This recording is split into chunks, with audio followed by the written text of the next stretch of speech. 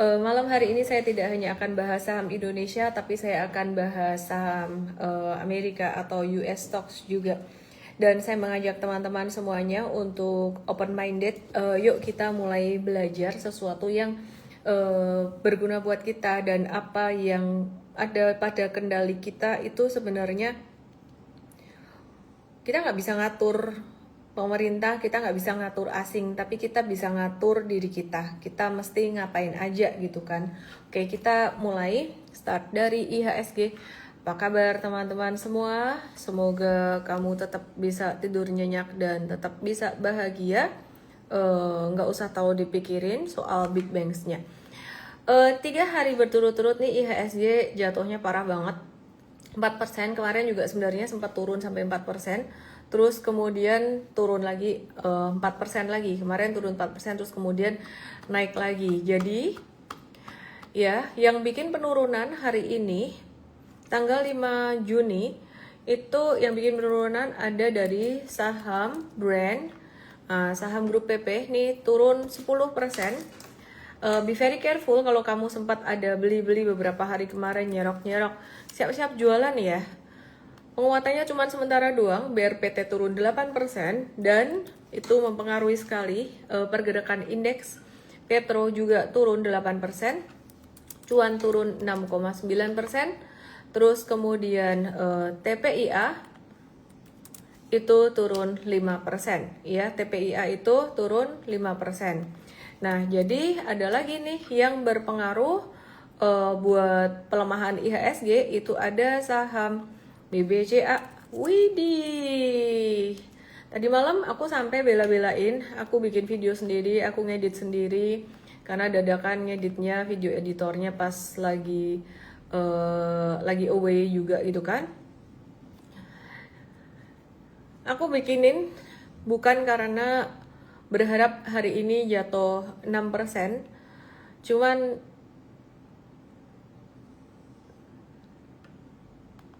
ya aku bikinin karena memang marketnya lagi begini. Terus kalau kalian nanya ini bisa sampai bottomnya seberapa, jawaban aku masih tetap sama. Kita nggak bisa nebak bottom market, tapi kita bisa melihat belokannya gitu ya. Kita bisa melihat dia kapan mulai recover, asing mulai masuk gitu kan ya. Nah, kalau hari ini asing net sell BCA 1,1 triliun. Widih, ada apa ya? Asing net sell BCA 1,1 triliun. Total net sell di pasar reguler 2,9 T. BCA support kuat banget di level 4.800, 47 sampai 48, 46, 47 sampai 48 itu udah balik ke level tahun 2020 pandemi. Jadi April 2020, dan bentar lagi dekat 4.350, 4.330 ya. Itu support pandemi kemarin yang juga sama di selain April 2020 kamu dapat harga BCA seperti tahun 2018. So the good news adalah kalian dapat BCA barang murah ya, harga murah banget. Ini BCA pandemi kemarin, sekarang juga udah harga pandemi sebenarnya, dan harga seperti tahun 2019. Bentar lagi kamu dapat harga seperti tahun 2018. Jadi menurut aku sih kalau mau nyerok kayaknya tunggu sebentar atau wait and see sebentar dulu. Kemarin F-Trade ada ngetes buy BCA karena ada rumor Menteri Keuangan mau diganti Pak Khatib Basri, tapi ternyata nggak jadi, sehingga ya kita cut loss tadi untuk yang trading. Cuman kalau kamu long term investing gak usah dipusingin. Aku setiap hari mengulang ini, dan masih ada aja orang yang nanya terus setiap hari. Karena mungkin yang nanya orangnya beda-beda, jadi tolong bantu spread my video yang bajunya pink kemarin, baru aku up kemarin malam banget. Itu disebarin ke teman-teman semua, termasuk live ini. Please share this live untuk teman-temanmu semuanya. Pelajarannya adalah kalau saya akan pakai metode super trader. Kapan dia patah? Kebetulan patahnya itu di Januari 2025 dan Februari 2025. Aku akan pakai metode super trader untuk long term investing, di mana ini monthly chart. Jadi patah dari situ, ciao. Itu pengalaman. Sehingga terus kapan beli lagi? Ya belinya ketika valuasi terdiskon lagi gitu kan ya. Itu pengalaman. Jadi teman-teman yang investing BCA sejak pandemi kemarin, mungkin ya teman-teman mesti harus lebih bersabar lagi. Ya, jadi ada juga yang sudah profit taking pada Januari Februari 2026. Terus kemudian ngelihat valuasi murah waktu itu di 7.300, aku ingat banget. Itu standar deviasi minus 2 pas di MA 100 monthly. Tapi setelah itu turun lagi, waktu itu valuasinya udah murah. Dan mungkin sekarang posisinya kamu waktu itu beli di valuasi murah, itu nggak salah, 7250 valuasi murah. Sekarang kamu rugi 30%. Aku cuma mau pesan buat teman-teman yang kamu rugi 20-30%, waktu itu kamu beli, itu valuasinya udah murah, kamu jangan takut ya. Jangan takut ya. Terus aku mau nerima pertanyaan, apakah BBCA sama seperti Unilever? Jawabannya tidak dan iya. Jawabannya tidak. Kenapa? Karena Unilever turun, penyebabnya beda seperti BCA, tidak seperti BCA. Jadi waktu itu Unilever turun karena faktor fundamental yang dianggap dia itu pertumbuhannya mungkin waktu itu agak lambat, agak susah bertumbuh ya secara kinerja, udah agak berat gitu. Tapi beda halnya dengan BCA. BCA ini perusahaan yang masih sangat prudent sekali dan juga masih sangat sehat sekali sampai sekarang. Dan kalau kalian memperhatikan rasio dari keuangan BCA ya, paling gampangnya aja dilihat dari capital adequacy ratio-nya masih bagus. Kemudian kalian lihat dari NPL-nya, tingkat kredit macet juga masih bagus. Dan yang paling menarik sebenarnya adalah loan to deposit ratio. Kalau pertumbuhan kredit, pertumbuhan pertumbuhan kreditnya itu memang agak melambat gitu, tapi NIM-nya dia juga masih bagus loh pertumbuhannya. Pertumbuhan kreditnya nggak sekencang Himbara karena memang Himbara dimotivasi, mungkin bukan dimotivasi ya, diberikan arahan atau saran dari pemerintah untuk memberikan kredit yang lebih buat UMKM, buat menggenjot perekonomian, lagi pro growth banget gitu. Tapi BCA secara kinerja keuangannya dia di luar pertumbuhan yang gila-gilaan, dia masih tetap sehat. Yang paling menarik adalah loan to deposit ratio-nya BCA itu masih oke, masih sehat. Dan semoga apa yang aku bagikan ke kalian tentang saham BCA ini bisa sedikit melegakan kalian dan membuat kalian bisa tidur lebih nyenyak. Jadi kalau kalian rugi 20-30%, angka 30% dari titik hari ini itu 7.275 atau 7.300-an. Waktu itu memang valuasinya sudah murah, dan waktu itu BCA kena di, teman-teman di TokTok di YT langsung ke IG aku @ellen_official. Waktu itu BCA kena di MA 100 monthly di angka itu. Dan perlu kalian tahu, kalian jangan menyalahkan diri kalian sendiri. Perlu kalian tahu, sepanjang sejarah BCA melantai di bursa, dia tidak pernah menyentuh MA 100 monthly, sama sekali nggak pernah. MA 50 monthly kesentuh 2 kali, krisis 2008 dan 2020, habis itu langsung mantul lagi.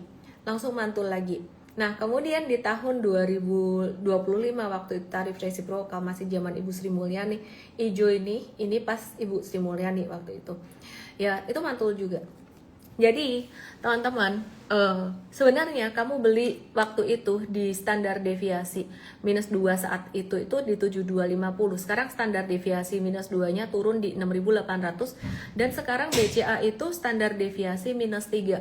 Tenangkan hatimu teman-teman, waktu itu kamu memang sudah melihat valuasi, sudah melihat ini, nggak salah. Nah, apa yang terjadi saat ini memang kejadian luar biasa menurut aku. Badai selalu terjadi di market. 2008 saya mengalami badai besar saya. Waktu itu lebih destruktif buat saya ya, jadi lebih destruktif buat saya karena saya nggak ngerti metode secara detail gimana gitu, dan sekarang saya sudah belajar banyak. Ternyata badai masih terjadi gitu kan ya, nggak peduli belajar nggak belajar, badai masih tetap terjadi. Dan badai saat ini nanti kita akan lewatin. Kasih tahu anak-anak kita ketika berinvestasi mesti harus siapin badai berikutnya. Siapin badai berikutnya. Kapan badai berikutnya terjadi? Kesalahan terbesar, perhatikan, penting. Kesalahan terbesar setiap orang adalah menebak kapan badai terjadi, kapan puncak terjadi, kapan bottom terjadi. Logikanya kita nggak bisa nebak makro itu, pemerintah ini, moodnya Donald Trump bagaimana, moodnya pemerintah kita Indonesia bagaimana, itu mau memberikan peraturan seperti apa, kita nggak bisa nebak. Dari situ kita bilang kita nggak ngerti bottom market berapa. Kalau dari chart doang, BCA itu 4330 itu bottom di Maret 2020 saat pandemi. Sekarang dapat harga pandemi. Jadi inhale, exhale, tenangkan hatimu. Oke ya. Oke, terus tapi Miss, itu kan banyak banget ya sentimen-sentimen negatifnya saat ini. Iya sih, parah sih. Dan jujur saya pribadi itu kita di M-Trade ya, kita udah lebih sering melihat US stocks. Jangan region bias. Mungkin kalian bilang duitku habis di Indo stocks. Belajar, anggap ini kamu kalau belajar US stocks tuh ya belajar dulu ilmunya. Terus mungkin aku takut US stocks kena bubble. Gimana sih? Downtrend nggak takut, yang uptrend takut. Kalau lagi posisi uptrend takut kena bubble, jangan beli di pucukan. Belinya pas lagi ada retracement. Jadi kita nawar sebelit-belitnya. Kayak tadi saya diskusi sama tim saya tuh, diskusinya lucu banget gitu. Saya ini sih tukang hajar kanan. Jadi saya bilang sama tim saya bilang gini, wah waktu itu pas lagi libur-libur, banyak libur tuh kan ya, itu ada acara US briefing setiap sore 6:30. Kebetulan waktu itu saya hadir dan ikut memberikan presentasi, nggak IG live tapi aku US briefing bareng tim aku. Aku udah senang banget ngeliatin si IBM ini gitu, ada cerita kuantumnya dan waktu itu tuh saham-saham seperti IonQ, QBTS, ya IonQ waktu itu juga udah naik, terus kemudian ini The Wave, Quantum itu juga waktu itu udah naik gitu kan ya. Nah, aku cerita sedikit nih, ini bukan tentang US stocks-nya tapi tentang mindset-nya. Tentang mindsetnya gitu kan ya. Nah, jadi tim aku bilang nawar Miss di mana? Pelit nawarnya 258. Berapa sih? Sorry, waktu itu nawarnya pelit banget di 235-an kalau nggak salah. Nggak dapat tuh, terus saya gemes. Nggak dapat gitu kok. Gitu loh gitu. Jadi di tim kita saling melengkapi gitu. Terus kemudian dia breakout gitu kan ya. Dia breakout. Terus waktu itu saya hajar kanan guys, tapi saya hajar kanan bukan selalu bagus ya. Hajar kanan saya tuh di IBM waktu itu saya siap dengan segala resikonya. Terus kemudian breakout dan sekarang kita lagi nawar lagi. Saya bilang, mau nawar di berapa? Jadi saya bilang 258. Naikin deh, saya bilang 270 deh, aku bilang gitu. Enaknya gimana ya? 258 aja, lebih hati-hati. Nah, ini bicara apa sih sebenarnya? Ini bicara faktor profil resiko ya. Nah, jadi teman-teman, yang ingin saya sampaikan adalah orang tuh lucu. Kadang-kadang berani nyerok di market bearish dan semakin ke bawah turun. Gitu kan ya. Kan setiap hari pikirnya, yang dipikirin cuma Indo Stocks doang. Serok. Saya sangat setuju BCA itu valuasinya murah dan very investable, layak investasi gitu. Tapi pertanyaannya kapan naiknya, kapan bullishnya? Jangan-jangan asing atau mungkin investor itu ya, atau mungkin itu nggak enak ngomong, mau masuk gitu, mau ngambil BCA gitu kan. Aku nggak tahu sih, cuman yang aku tahu satu hal, kalau masih sentimen makronya nggak bagus, itu BCA masih akan turun terus. Jadi beli boleh, tapi mesti harus dipisahin gitu kan ya. Mesti harus diversifikasi, ngerti ya? Intinya jangan region bias, udah mulai belajar US stocks. Kenapa belajar US stocks? Tak kasih tahu ya. Jawabannya kamu akan ngerti setelah aku bahas beberapa sentimen ini. Oke, nanti kita balik lagi kenapa mesti belajar diversifikasi. Oke, Indonesia. Ada kabar baru, tambahan sentimen ya, ada sentimen. DPR sudah mengesahkan RUU mengenai pengembangan dan penguatan sektor keuangan atau P2SK, Inhale Exhale. Tujuannya menyempurnakan ketentuan di sektor keuangan mulai dari penguatan peran BI, OJK, LPS, dan penyesuaian aturan terkait Danantara. Tapi yang terjadi di pasar malah ada beberapa hal yang perlu dikhawatirkan atau diantisipasi. Satu, DPR itu dikasih kewenangan mengevaluasi kinerja BI dan regulator keuangan independen seperti contohnya OJK, LPS, dan Bapepti yang sifatnya pengikat. Tujuannya apa, Say? Supaya ada check dan balance. Maksudnya apa? Legislator bisa memastikan Bank Indonesia tetap bertindak sesuai dengan ketentuan atau tidak, tapi kali ini dianggap bisa mengganggu independensi BI. Dan independensi BI ini menjadi satu tema yang sangat diperhatikan dan sangat disorot oleh investor asing. Gitu ya. Jadi yang tadi bilang mungkin ada asing mau jatuhin kita, saya rasa kita harus evaluasi di dalam negeri bagaimana gitu kan ya. Kenapa dianggap mengganggu independensi, bisa dianggap mengganggu independensi BI? Karena bisa membuat kebijakan BI itu tidak independen dan syarat politik. Kedua, tugas utama BI itu menjaga stabilitas harga dan nilai tukar rupiah. Tapi sekarang BI itu mendapat mandat tambahan untuk mendorong pertumbuhan ekonomi. Itu bisa loh berkonflik dengan tugasnya untuk menjaga stabilitas harga dan nilai tukar rupiah. Kalau saya bisa bilang, jangan salahin BI dengan nilai tukar rupiah yang turun, sudah all out.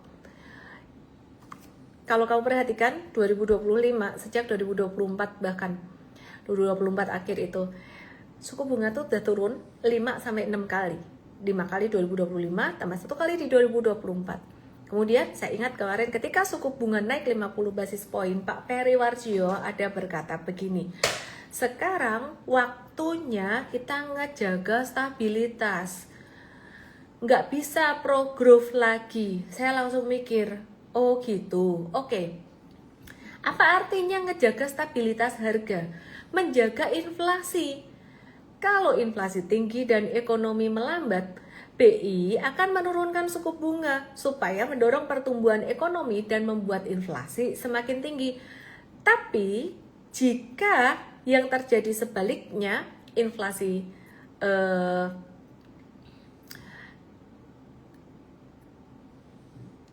jika yang terjadi sebaliknya, BI akan meningkatkan suku bunga untuk menahan menahan laju pertumbuhan perekonomian gitu. Kebalik nih, sebentar, sorry salah ngomong. Ini Excel dulu ya. Agak kurang fokus. Kalau inflasinya rendah dan ekonomi melambat ya, ekonomi slowdown ya, BI itu akan menurunkan suku bunga supaya perekonomian bisa bergerak ya, sehingga inflasinya bisa bertumbuh, perekonomian bisa bergerak. Tapi kalau inflasinya sudah tinggi dan perekonomiannya terlalu panas bergerak, maka BI akan menaikkan suku bunga untuk mengerem laju perekonomian itu sendiri.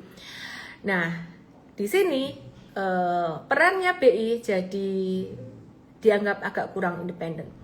Kemudian yang ketiga, Danantara bisa menerbitkan surat utang dan ini dipertanyakan oleh beberapa pihak oleh ekonom, siapa yang menjamin bila terjadi gagal bayar. Kalau jaminannya negara maka akan menjadi resiko. Tapi di sisi lain juga ada hal positif dari undang-undang tersebut, di mana undang-undang tersebut itu mengesahkan Indonesia akan membuka bursa mineral dan komoditas sehingga ini bisa mendorong kemandirian dan tidak sepenuhnya bergantung dengan harga global. Gitu ya. Jadi ada 17 poin pembahasan terkait dengan perubahan kelembagaan LPS, perubahan kelembagaan OJK, perubahan kelembagaan BI, evaluasi kinerja LPS, OJK, dan BI oleh DPR, kemudian cakupan perluasan usaha perbankan dan perbankan syariah, demutualisasi bursa efek di pasar modal. Demutualisasi bursa efek ini akan menguntungkan sekuritas ya, jadi mereka mungkin akan bisa mendapatkan dividen sekuritas saat ini. Kemudian sekuritas saat ini yang mungkin transaksinya sedang rendah gitu ya, karena marketnya lagi bearish. Kemudian transfer margin maupun transaksi pada pasar keuangan, surat utang Danantara, perusahaan asuransi dan asuransi syariah dalam resolusi mengatur aset kripto, bursa mineral dan komoditas strategis, dana pertanggungan wajib kecelakaan lalu lintas, satuan tugas pencegahan penanganan pinjol dan judol, ya. Terus kemudian juga pusat finansial internasional di Indonesia, mungkin itu yang akan dibangun di Bali nanti, ya. Terus tapi saya nggak tahu nanti bagaimana ke depannya, apakah akan seperti IKN atau enggak. Mestinya enggak, yang ini mestinya harusnya lancar lah gitu kan ya. Terus kemudian penanganan piutang macet pada UMKM, penyelidikan dan penyidikan di sektor jasa keuangan serta mekanisme keadilan restoratif dan juga dana penyelamatan. Singkatnya adalah ada beberapa hal penting yang diperhatikan, dan yang paling penting yang diperhatikan tentang independensi BI. Dan ada seruan sel Indonesia bermula dari George Boburas, susah banget namanya, kepala riset di hedge fund K2 Asset Management yang mengelola sekitar 4,3 miliar US dollar. Setelah bertahun-tahun berinvestasi di Indonesia, dia keluar dari semua posisinya pada 2024. Itu salah satu asing yang keluar dari 2024. Menurut dia, strategi trading di Asia adalah sell Indonesia. Sell Indonesia itu artinya bukan menjual Indonesianya, tapi menjual investasi-investasi yang ada di Indonesia gitu. Apakah mereka ini lagi sell biar dapat barang murah? Waduh, saya nggak tahu ya, itu kita nggak tahu gitu. Tapi ini menjadi sebuah tanda bahwa memang marketnya lagi bearish, supply lebih besar daripada demand gitu loh. Terus menurut dia, menurut George Boburas ini, strategi trading di Asia itu jual Indonesia, maksudnya gimana sih? Sejak awal tahun ini ditunjukkan, sejak awal tahun IHSG itu udah turun 35%, terburuk tahun ini di antara lebih dari 90 indeks global yang dipantau Bloomberg. Dan bahkan tahu nggak kalian kenapa saya bilang belajar US stocks memang di luar zona nyaman, di luar zona nyaman kita semua, termasuk di luar zona nyaman saya dong ya. Enakan di Indo sebenarnya, nggak usah buka akun lagi dan sebagainya. Tapi tahun ini IHSG mengalami penurunan terbesar sejak 1990 dan jauh tertinggal dibanding indeks global MSCI ACWI dibandingkan dengan semua saham ya.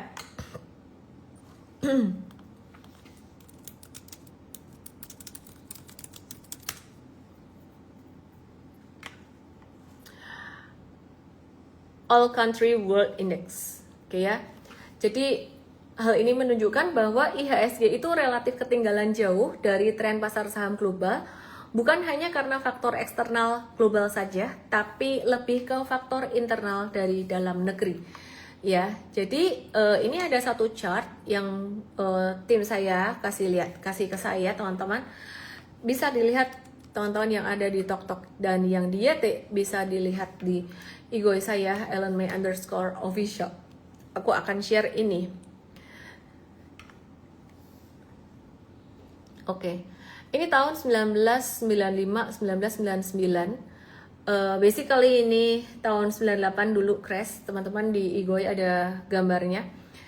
Terus kemudian sekarang itu sama seperti pada masa saat itu. Ya, ini performa stock market kita gitu, jadi melambat banget gitu. Jadi ya data dari Bloomberg seperti itu yang dihitung itu sebenarnya bukan cuman IHSG-nya saja, tapi bagaimana penurunan porsi Indonesia di MSCI All Country World Index. Saat ini Indonesia di MSCI All Country World Index itu cuma 0,5, salah. 0,5 itu di emerging market, 0,1%. Kalau kamu mau compare ke US itu 63% di MSCI All Country World Index. Oke, ya. Rupiah bagaimana kabarnya? Teman-teman semuanya, Rupiah bagaimana kabarnya? Yang di TokTok, yang detail langsung ke IG aku @LME_official. Kalian pasti mau nanya rupiah sampai berapa? Bisa nggak rupiah sampai ke 20.000? Apapun bisa terjadi jika tidak ada perubahan. Kalian tahu nggak, beberapa hari yang lalu, di bulan Mei, beberapa waktu yang lalu, itu suku bunga dinaikkan 50 pips. Harusnya itu bisa nahan pelemahan nilai tukar rupiah, tapi jebol sampai 18.000. Ini bukan cuman karena faktor musiman saja. Fiskal mempengaruhi. Inti dari problem makro saat ini, adalah kalau diambil satu aja, kekhawatiran melebarnya defisit fiskal. Jadi yang sangat diinginkan oleh investor asing untuk membuat mereka merasa aman balik ke Indonesia adalah disiplin fiskal. Apa itu? Budgeting, say, kalau urusan rumah tangga, uang masuk dan uang keluar. Bagaimana caranya supaya uang masuk lebih besar daripada uang keluar, sehingga keuangan keluarga sehat, sehingga kamu bisa nabung dan nggak kebanyakan ngutang, apalagi kalau utangnya semakin banyak, buat bayar utang semakin besar, ya. Jadi itu yang harus diperhatikan. Apakah Indonesia akan berhasil melewati semua ini? Kita doakan saja yang terbaik. Tapi kalau kalian tanya kapan puncaknya rupiah, saya sih berdoa semoga bulan Juli Agustus nanti bisa membaik, seperti kata Pak Periwarjo. Kan beliau menghitung berdasarkan kebiasaan di tahun-tahun sebelumnya. April Mei biasanya memang rupiah melemah, tapi kali ini ada satu hal yang di luar kebiasaan. Jika melihat kebiasaan, biasanya beliau bilang, oh ini nanti habis lewat musim haji, musim dividen, Juli Agustus itu bakalan balik nih, bakalan membaik. Ya, hopefully saya berusaha percaya dengan apa yang dilakukan pemerintah untuk pro-growth dan bersabar. Meskipun demikian, jangan maksain untuk serok-serok di Indostox. Jangan maksain serok-serok di Indostox. Live kemarin temanya adalah resiko S&P Standard & Poor yang berkunjung ke Indonesia dan pada worry kalau dia mau menurunkan rating Indonesia. Hari ini temanya P2SK yang menurut beberapa ekonom dikhawatirkan akan bisa mengganggu independensi BI.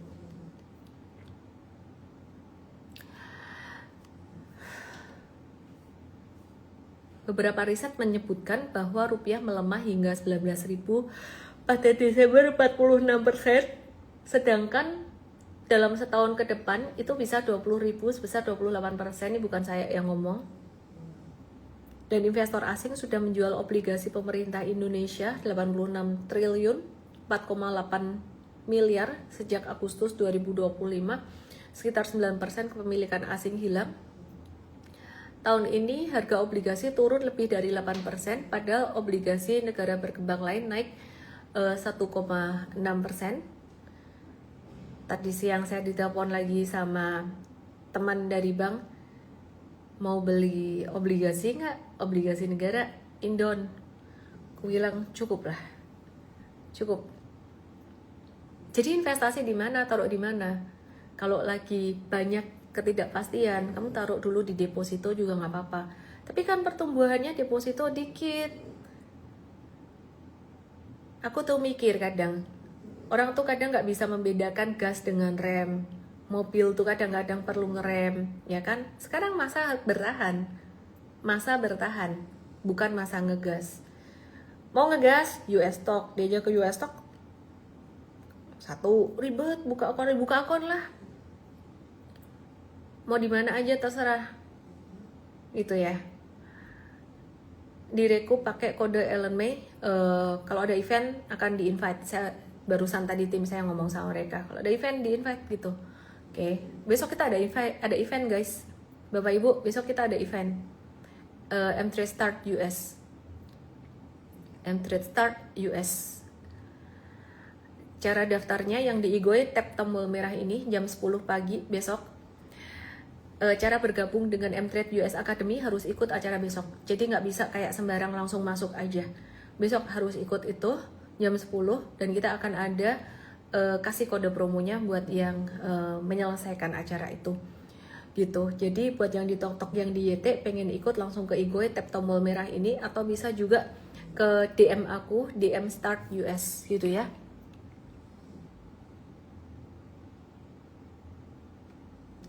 Bank Indonesia memegang 27% obligasi pemerintah. Dan ini angka yang tergolong tinggi buat negara berkembang. Seiring langkah Bank Indonesia untuk meningkatkan pembelian SBN untuk menstabilkan mata uang rupiah, padahal tadinya masih kurang dari 5% pada awal tahun 2020. Saya coba cek.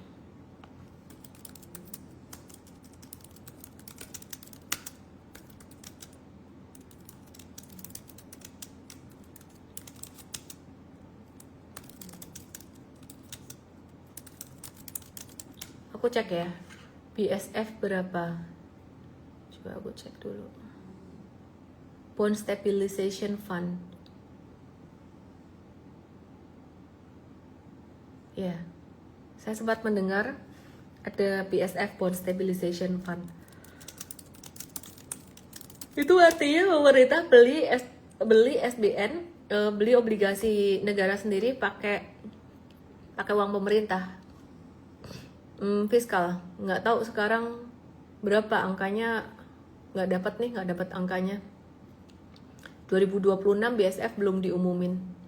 Oke, tapi ya intinya itu teman-teman semuanya, apa kata investor global tentang Indonesia,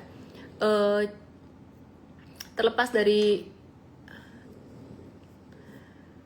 jadi kalau pemerintah terlalu banyak memegang obligasi, investor asing tuh jadi ragu guys, karena jumlah obligasi yang bisa diperdagangkan di pasar berkurang. Jadi artinya kalau investor asing mau beli jual tuh lebih sulit, harganya bisa jadi jauh lebih fluktuatif. Investor khawatir itu harga itu bisa mengubah resiko dan imbal hasil normal seperti bentuk kuantitatif easing.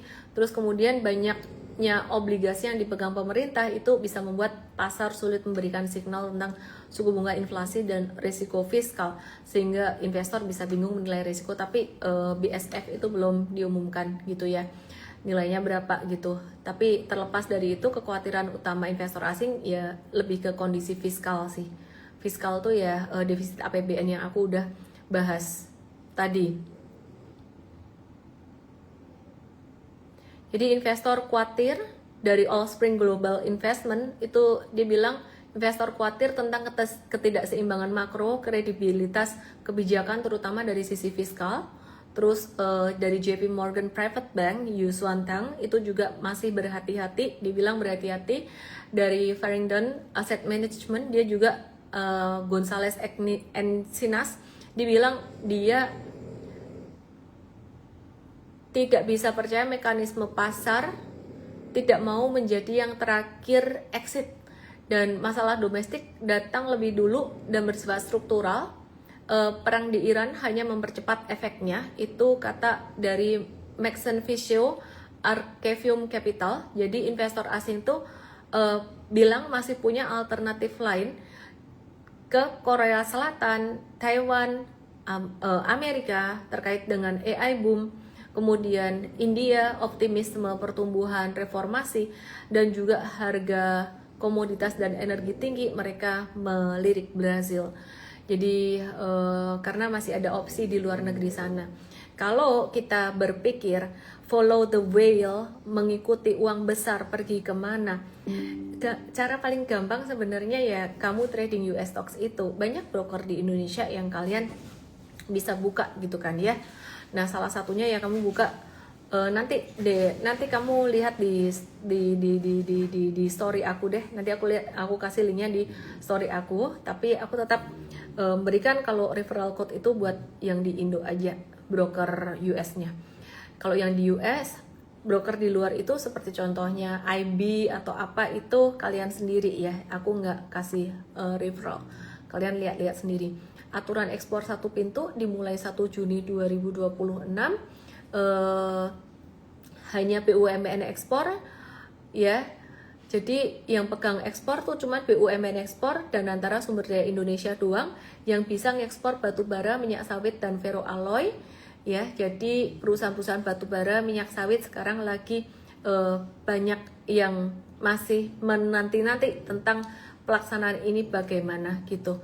Dan ada pengecualian perusahaan yang punya kontrak lama dengan pemerintah, itu bisa dikecualikan gitu. Terus Danantara merilis Patriot dan Merah Putih Bond.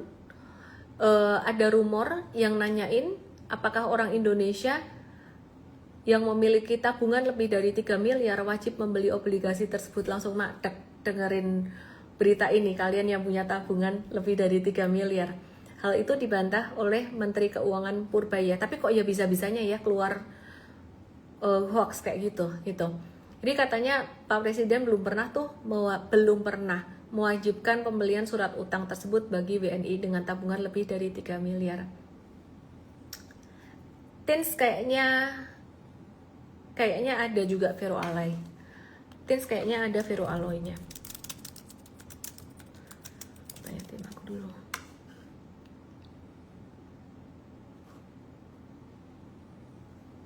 Dia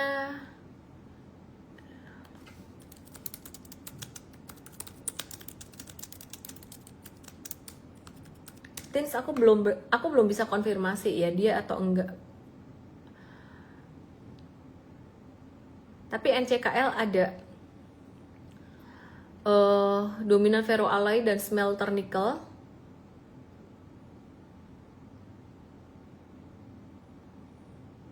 Aneka Tambang ada, punya bisnis ferronikel tapi bukan bisnis utama.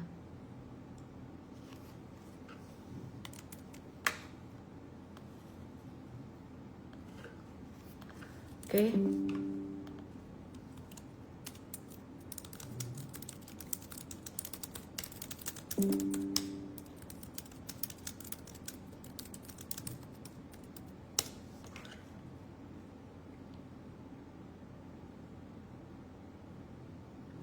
NCKL ferroalloy, Inco dia bukan ferroalloy utama. Harum bukan ferroalloy utama, MDKA bukan ferroalloy utama, gitu. Jadi yang pasti itu dikaitkan dengan risiko DSI itu NCKL, DKFT, Antam, NICL, MBMA, Harum.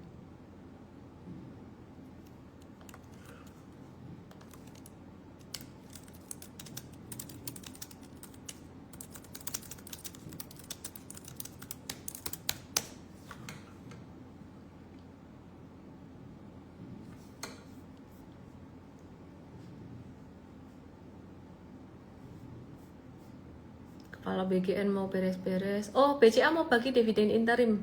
Yieldnya cuma 0,4% aja sih. Dividen per share 20 per lembar saham.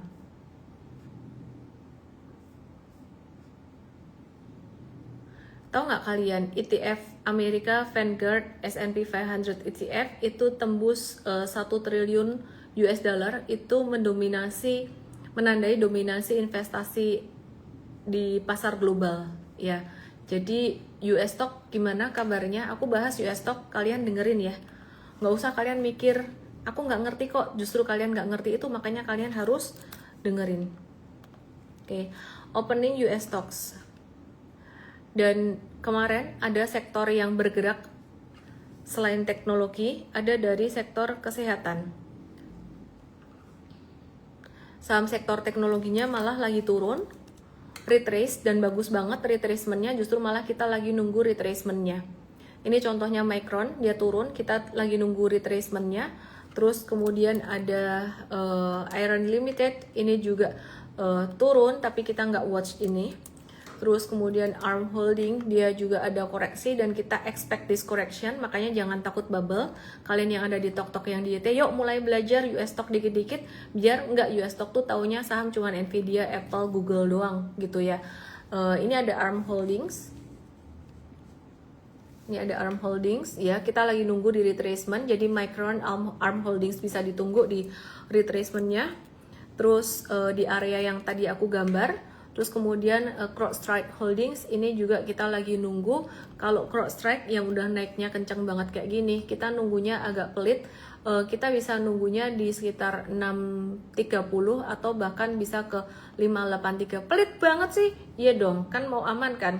Jadi nanti nunggu koreksinya.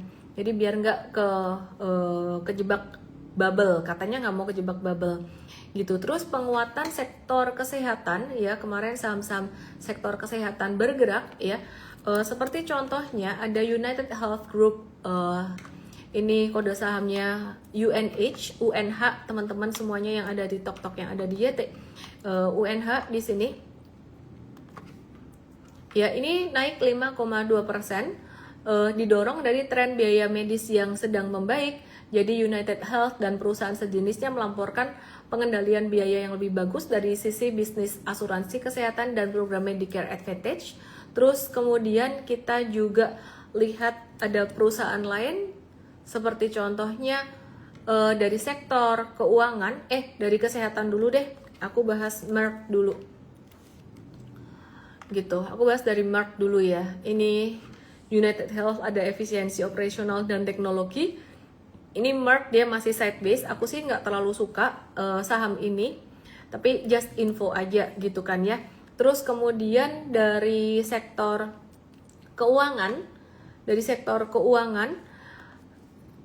teman-teman yang di Tok yang di YT yang mulai belajar US stocks pelan-pelan nggak apa-apa ya, nggak usah terburu-buru ya, US stocks pelan-pelan. Ini Goldman Sachs ini udah rally banget, kita lagi nunggu turunnya dia. Kalau dikasih sekitaran 979 sampai 1000, santai aja, nggak usah buru-buru. Kamu mau buka account dulu masih bisa. Kalau kamu mau buka account di Reku, pakai kode promo ini ya, kode promo Ellen May, supaya kalau ada event bisa di invite gitu ya. Jadi kalau ada event bareng mereka akan invite gitu ya. Kenapa sekarang yang sering saya sebut Reku, saya tidak menjadi bagian dari Reku dan nggak terafiliasi sama sekali. Mau pakai broker lain juga nggak apa-apa, tapi dengan Reku memang kita udah lumayan dekat dan kita minta mereka untuk melengkapi saham-sahamnya gitu. Sebagai tantangan terbesar kan itu tadi ya. Oke, terus kemudian yang berikutnya EXP, American Express Company, with NC dulu. Terus kemarin ada sempat naik dikit. JP Morgan itu ada naik 3,34%, with NC dulu. Terus kemudian ada pelemahan dari sektor teknologi seperti saham Avgo yang kinerjanya bagus, tapi yang berharap itu ekspektasinya ketinggian, sehingga meskipun kinerjanya bagus tapi nggak setinggi ekspektasi gitu. Jadi dia turun, tapi tak kasih tahu, aku malah seneng ada turun begini, aku malah seneng. Kenapa? Kita tunggu beberapa hari. Nah, dia turun di sini pas disupport. Lo katanya nggak suka saham turun. Gini teman-teman, kamu mesti memperhatikan. Ini dia turun dari naik. Nah, sedangkan kalau kondisi market Indonesia kita saat ini, jangan makso turun, dia naik dikit lagi, dia bakalan turun lagi, ya. Nah, ini udah kita tes beberapa kali gitu. Jadi ngetes kecil aja. Kita udah bersih-bersih portfolio. Kita coba di satu saham. Kemudian mantul begini, turun dikit, naik dikit, turun lagi. Terus di BCA juga kemarin kita ngetes, ya, sebenarnya kita kemarin spekulatif soal rumor mau pergantian Menteri Keuangan gitu kan. Pasti ada pantulan dikit kalau Pak Khatib Basri naik gitu. Turun lagi, udah hari ini cut loss BBCA untuk yang trading. Tapi kalau yang investing kalian hold buat jangka panjang. Oke ya. Nah, terus kemudian ini kayak gini, Avgo nih menarik banget nih. Disclaimer buat kalian yang masih pemula, belajar dulu di M-Trade US Academy. Besok jam 10 ada M-Trade Start. Tap di sini acaranya. Yang di Igoi tap tombol merah, yang di YT dan di Tok DM aku Start US. Besok jam 10 pagi aku ngajar.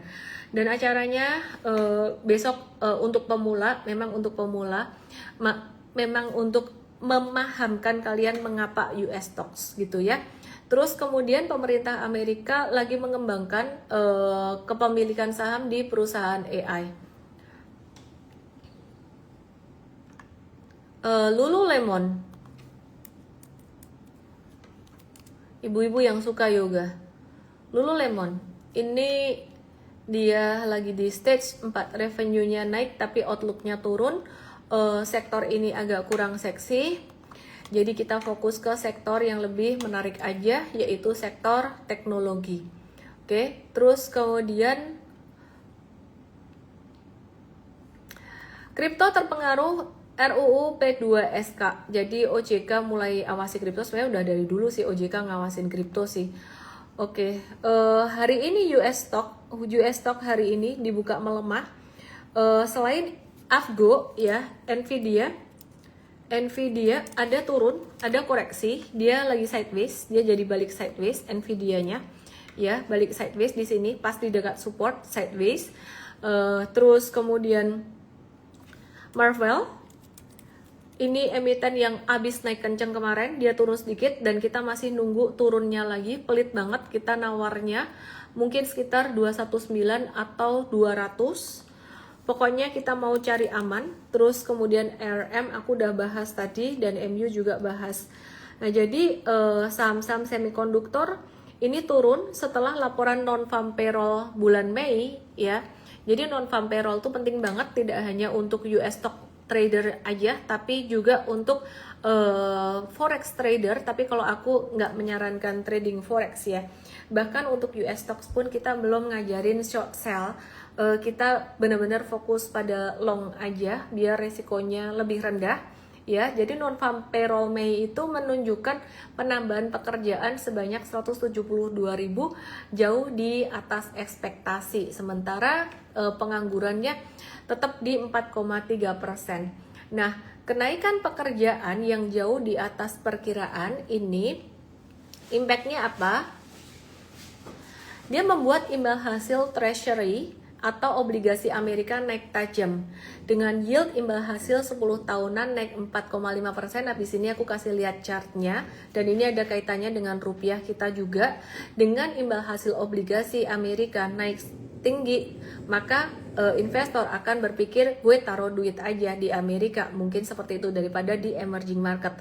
Dan di negara berkembang sendiri itu juga masih ada pilihannya kan. Tadi mereka ada bilang Korea, Taiwan yang pengembangan AI-nya bisa dipandang oleh mereka gitu. Tapi kembali lagi dengan kenaikan pekerjaan di Amerika yang jauh lebih tinggi di atas perkiraan, itu membuat imbal hasil treasury naik tajam dengan yield 10 tahun naik 4,5% dan 30 tahun di 5%. Sehingga market memperkirakan The Fed mungkin akan menaikkan suku bunga di akhir tahun ini. Kalau The Fed naikin suku bunga, apakah saham Amerika bakalan rontok? Saya tidak membagus-baguskan analisa. Kalau misalkan memang waktunya turun, harus turun ya turunlah. Ya, jadi kita harus selalu siap sedia dengan badai meskipun saat ini kondisinya memang lagi bagus. Oke, US 10 years bond yield mulai naik ini karena NFP tadi, tingkat pekerjaan, bukan pengangguran, pekerjaan yang jauh di atas perkiraan. Jadi besok ada webinar M-Trade Start US Stocks jam 10 pagi. Dan teman-teman semuanya yang mau mulai belajar, besok benar-benar basic banget. Teman-teman yang udah di M-Trade ID boleh langsung naik kelas ke US Stock Academy. Dan hari Minggu kita akan ada rerun masterclass-nya. Siapkan waktu jam berapa guys? Dear tim jawab dong. Besok deh saya umumkan di acara M-Trade Start US. Karena masterclass-nya yang bisa ikut, yang naik kelas ke M-Trade US Academy. Intinya besok aja teman-teman.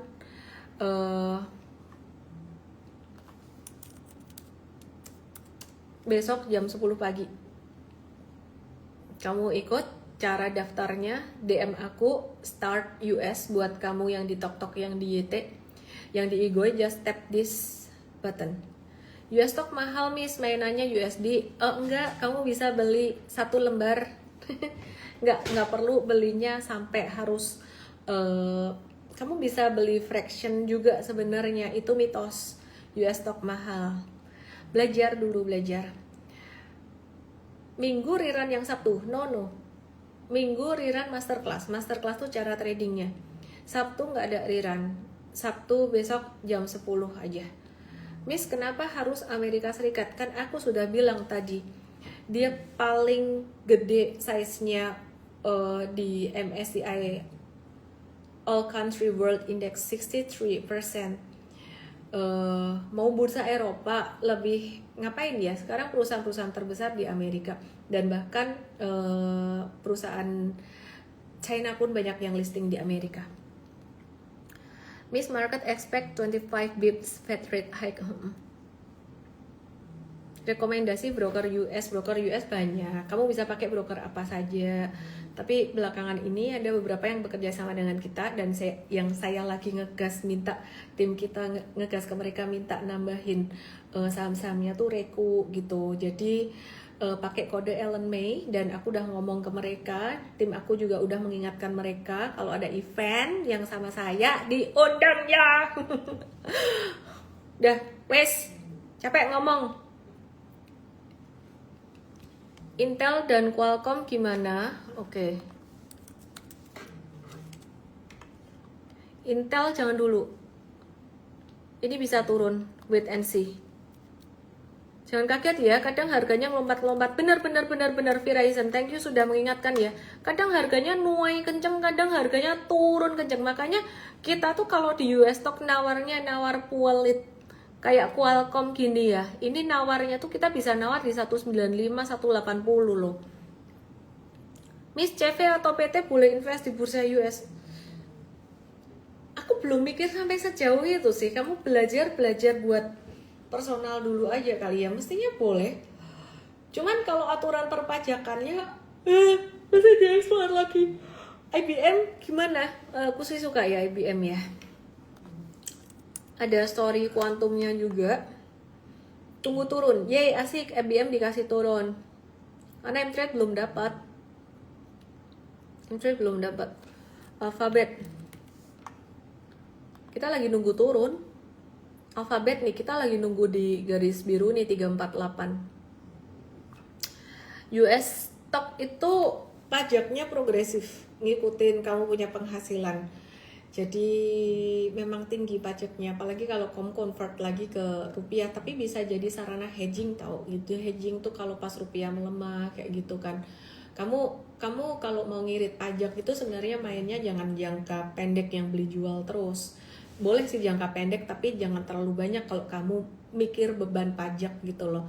Lebih ke long run itu antara jangka menengah atau investing. Nah kalau investing kita belum launch, invest US tuh kita belum launch. Minta ke peluang juga nambah sahamnya. Siap, satu-satu ya, satu-satu operasional itu gak gampang gitu ya. Lihat berita aja bikin pusing. Lihat berita bikin pusing, tambah loss dalam aja. Makanya udah, itu Indostox tuh M-Trade udah bersih-bersih lama gitu. Nih mau lihat saham holdnya M-Trade ID apa? Saham holdnya M-Trade Indonesia apa? M-Trade Indonesia Trading Ideas atau Stock Pick yang di hold. Mari kita lihat Indonesia yang di hold.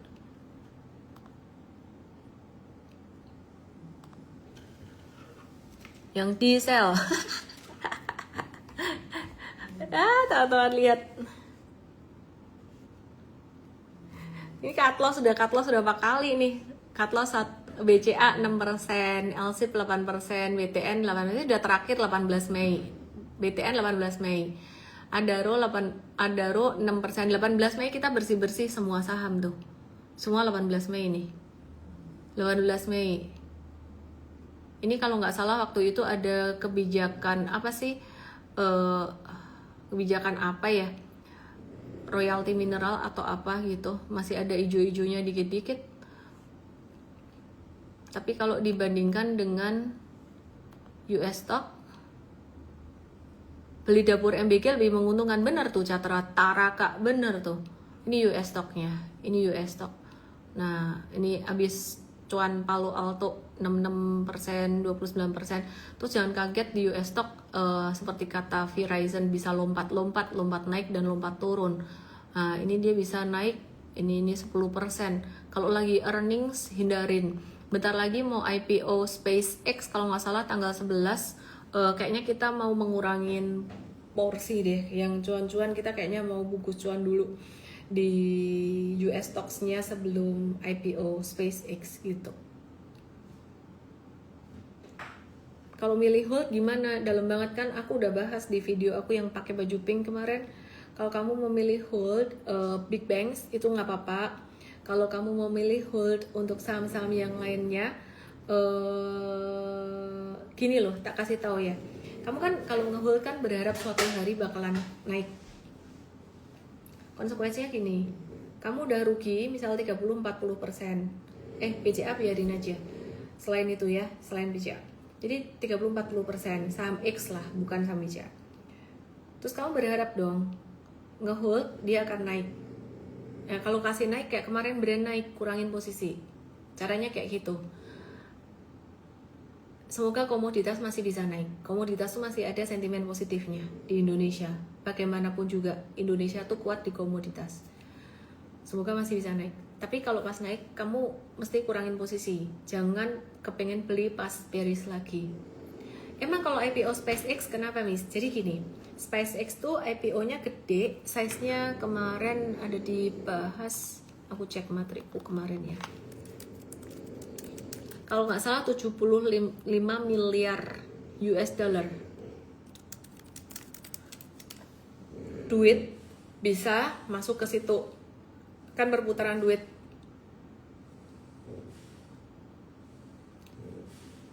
Benar, dana yang dihimpun 75 miliar US dollar.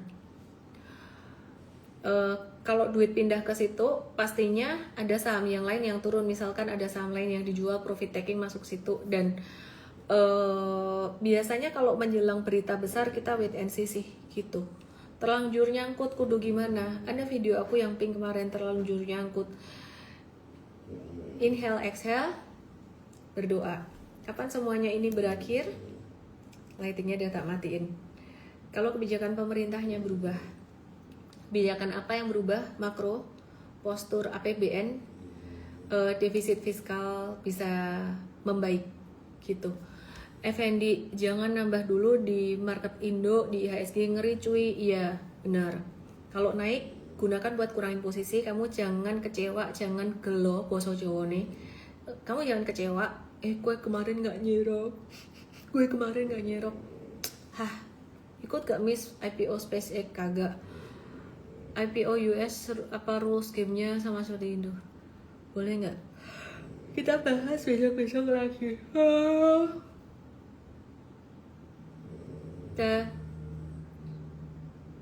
Kalau nyangkut besar di saham properti gimana baiknya? Susan, sebesar apa sih?